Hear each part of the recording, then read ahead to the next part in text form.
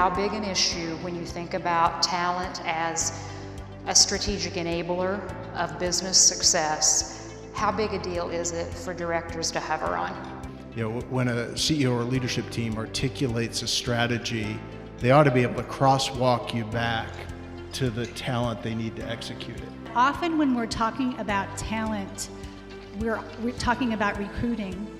And I see that directors also need to pay attention to how a company is developing its talent, particularly its middle managers.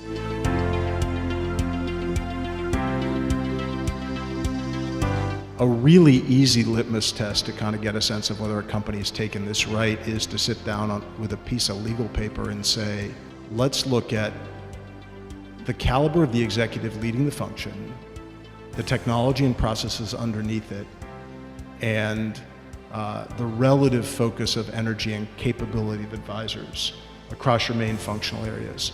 How do we have processes to know who our talent is, who wants to move on, are we listening to them, and are we able to give them a place to work that they're going to stay at for the next 5 to 10 years?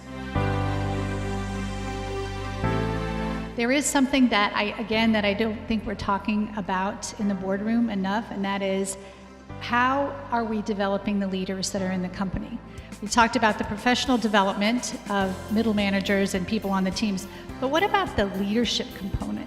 They may not have that ability to lead, and so maybe they need some more leadership development, and not necessarily the kind that ticks the box, but something that you can really measure and something that they're accountable to. How should we be thinking about Amazon? If your CEO and CHRO of any company you're sitting on the board of can't explain why it's more fun to work for your company than a company with 180,000 employees, Amazon's not going to change that, right? So anybody else is going to pick that talent off. So I think Amazon's a good catalyst, a good excuse for us as directors to start saying, so what does the first 30 seconds of a recruiting pitch look like? You should be asking your team members what they value most in where they're working, and you should have a really good feedback loop. The leaders of the company should be asking for feedback regularly. Because if the only reason people are working for you is money, you're going to lose that battle eventually to Amazon or somebody else. The big simple principle, if it can be automated, it will be automated, period. And if you're ever in a conversation around a boardroom where someone insinuates that's not true, try to change the conversation or go figure out who's automating it and join their board, because that's going to be a better bus ride than the one you're on.